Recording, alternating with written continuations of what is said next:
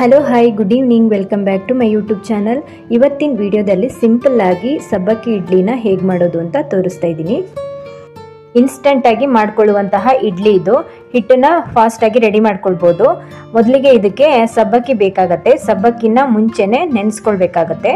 1 hour ನೆನೆಸ್ಕೊಂಡ್ರೆ ಸಾಕಾಗುತ್ತೆ. ನಾನಿಲ್ಲಿ ಸಬ್ಬಕ್ಕಿನ 1 hour ನೆನೆಸ್ಕೊಂಡಿದ್ದೀನಿ. ನೀರೆಲ್ಲ ಚೆನ್ನಾಗಿ ತೆಕ್ಕೊಂಡು ಇಟ್ಕೊಂಡಿದ್ದೀನಿ. ಯಾವ ಸಬ್ಬಕ್ಕಿ ಬೇಕಾದರೂ ಯೂಸ್ ಮಾಡ್ಕೊಳ್ಬೋದು. ಚಿಕ್ಕ ಸಬ್ಬಕ್ಕಿ ಕೂಡ ಬರುತ್ತೆ. ನಾನಿಲ್ಲಿ ದೊಡ್ಡ ಸೈಜಿನ ಸಬ್ಬಕ್ಕಿನ ತಗೊಂಡಿದ್ದೀನಿ. ಈ ಥರ ಸ್ಮೂತ್ ಆಗೋ ಥರ ನೆನೆಸ್ಕೊಳ್ಬೇಕು. 1 ಬೌಲ್ ಆಗೋಷ್ಟು ತಗೊಂಡಿದ್ದೀನಿ.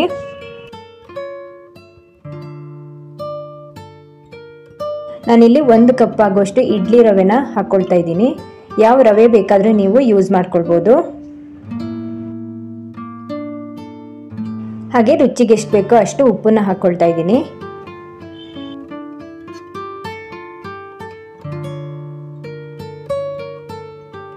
ಸ್ವಲ್ಪ ಸೋಡಾನ ಹಾಕ್ಕೊಳ್ತಾ ಇದ್ದೀನಿ. ಇನ್ಸ್ಟೆಂಟ್ ಆಗಿ ಮಾಡ್ಕೊಳ್ಳೋದ್ರಿಂದ ನಾನು 1 ಚಿಟಿಕೆ ಆಗೋಷ್ಟು ಸೋಡಾನ ಹಾಕ್ಕೊಳ್ತಾ ಇದ್ದೀನಿ. ಇದು ಆಪ್ಷನಲ್ಲು, ಬೇಡ ಅಂದರೆ ಸ್ಕಿಪ್ ಮಾಡ್ಕೊಳ್ಬೋದು.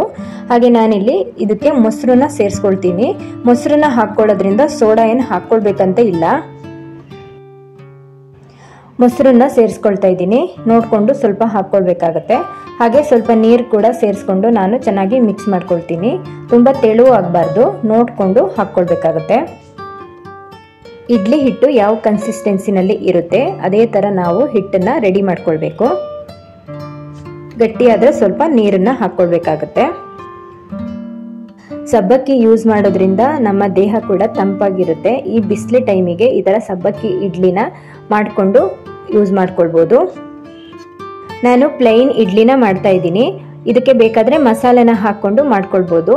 ರವೆ ಇಡ್ಲಿ ಎಲ್ಲ ಮಾಡ್ತೀವಲ್ಲ ಅದೇ ಥರ ಸ್ವಲ್ಪ ಗೋಡಂಬಿ, ಸಾಸಿವೆ, ಕರಿಬೇವು, ಶುಂಠಿ ಇದನ್ನೆಲ್ಲ ಹಾಕ್ಕೊಂಡು ಒಗ್ಗರಣೆ ಹಾಕ್ಕೊಂಡು ಯೂಸ್ ಮಾಡ್ಕೊಳ್ಬೋದು. ಹಿಟ್ಟನ್ನು ಮಿಕ್ಸ್ ಮಾಡಿಕೊಂಡು 20 ನಿಮಿಷ ಹಾಗೆ ಬಿಟ್ಟಿದ್ದೆ. ಆಮೇಲೆ ಇಡ್ಲಿ ಪ್ಲೇಟ್ಗೆ ಎಣ್ಣೆನ ಹಚ್ಬಿಟ್ಟು ಮಾಮೂಲಿ ಇಡ್ಲಿ ಎಲ್ಲ ಹೇಗೆ ಹಾಕ್ಕೊಳ್ತೀವಿ ಅದೇ ಥರ ಹಾಕ್ಕೊಳ್ಳೋದು. ಇದೇ ತರಹ ಸಿಂಪಲ್ ಹಾಗೂ ಹೆಲ್ತ್ ರೆಸಿಪಿಗಳಿಗಾಗಿ ನನ್ನ ಚಾನಲ್ನ ಸಬ್ಸ್ಕ್ರೈಬ್ ಮಾಡಿಕೊಂಡು ಸಪೋರ್ಟ್ ಮಾಡಿ.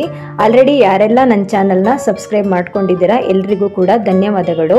1K ಸಬ್ಸ್ಕ್ರೈಬರ್ ಕಂಪ್ಲೀಟ್ ಆಗೋಕ್ಕೆ ಹತ್ತಿರದಲ್ಲಿದೆ. ನಿಮ್ಮೆಲ್ಲರ ಸಪೋರ್ಟ್ ನನಗೆ ತುಂಬಾ ಮುಖ್ಯ ಆಗಿದೆ.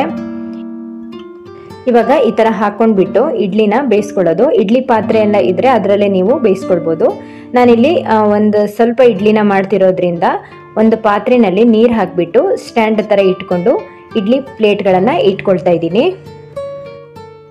ಸಬ್ಬಕ್ಕಿನ ನೆನೆಸ್ಕೊಂಡ್ರೆ ತುಂಬ ಬೇಗನೆ ಇದನ್ನು ಮಾಡ್ಕೊಳ್ಬೋದು. ತುಂಬ ಸಾಫ್ಟಾಗಿ ಕೂಡ ಆಗುತ್ತೆ. ಹಾಗೆ ಸಬ್ಬಕ್ಕಿ ಪಾಯಸಕ್ಕೆಲ್ಲ ಯೂಸ್ ಮಾಡ್ತೀವಲ್ಲ ಅದೇ ಸಬ್ಬಕ್ಕಿನ ಯೂಸ್ ಮಾಡಿದ್ದೀನಿ ನಾನು. ಎಲ್ಲವನ್ನು ಈ ಥರ ಹಾಕಿಬಿಟ್ಟು ರೆಡಿ ಮಾಡಿಕೊಂಡು 10 ರಿಂದ 15 ನಿಮಿಷ ಇದನ್ನು ಬೇಯಿಸ್ಕೊಳ್ಬೇಕು.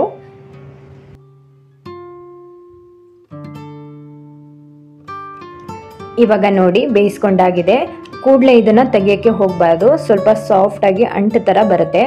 ಒಂದು 10 ನಿಮಿಷ ಬಿಟ್ಟು ಆಮೇಲೆ ಹಾಕ್ಕೊಳ್ಬೇಕು. ನಾನಿದಕ್ಕೆ ಕಾಯಿ ಚಟ್ನಿನ ಮಾಡ್ಕೊಂಡಿದ್ದೆ. ಸ್ವಲ್ಪ ತೆಳುವನೆ ಮಾಡ್ಕೊಂಡ್ಬಿಟ್ಟು ಚಟ್ನಿಗೆ ಒಂದು ಒಗ್ಗರಣೆನ ಹಾಕ್ಕೊಳ್ಬೇಕು. ತುಂಬ ಚೆನ್ನಾಗಿರುತ್ತೆ. ಹಾಗೆ ಇಡ್ಲಿಗೆ ಬೇಕಾದರೆ ನೀವು ಮಸಾಲೆನ ಹಾಕ್ಕೊಂಡು ಮಾಡ್ಕೊಳ್ಬೋದು. ರವೆ ಇಡ್ಲಿಗೆಲ್ಲ ಗೋಡಂಬಿನ ಇಟ್ಕೊಂಡು ಮಾಡ್ಕೊಳ್ತೀವಲ್ಲ ಅದೇ ಥರ ಇದನ್ನು ಕೂಡ ಮಾಡ್ಕೊಳ್ಬೋದು. ಸ್ವಲ್ಪ ಡಿಫ್ರೆಂಟಾಗಿ ಮಾಡಿಕೊಂಡ್ರೆ ಚೆನ್ನಾಗಿರುತ್ತೆ. ಇನ್ಸ್ಟೆಂಟಾಗಿ ಮಾಡ್ಕೊಳ್ಬೋದು. ಸಬ್ಬಕ್ಕಿನ ನೆನೆಸಿ ಇಟ್ಕೊಂಡ್ರೆ ಸಾಕಾಗುತ್ತೆ. ನಿಮಗೆ ಈ ವಿಡಿಯೋ ಇಷ್ಟ ಆಯಿತು ಅಂದರೆ ಪ್ಲೀಸ್ ಲೈಕ್ ಮಾಡೋದನ್ನು ಮರಿಬೇಡಿ. ಹಾಗೆ ಚಾನಲ್ನ ಸಬ್ಸ್ಕ್ರೈಬ್ ಮಾಡಿಕೊಂಡು ಸಪೋರ್ಟ್ ಮಾಡಿ. ಮುಂದಿನ ವಿಡಿಯೋದಲ್ಲಿ ಮತ್ತೆ ಸಿಗೋಣ.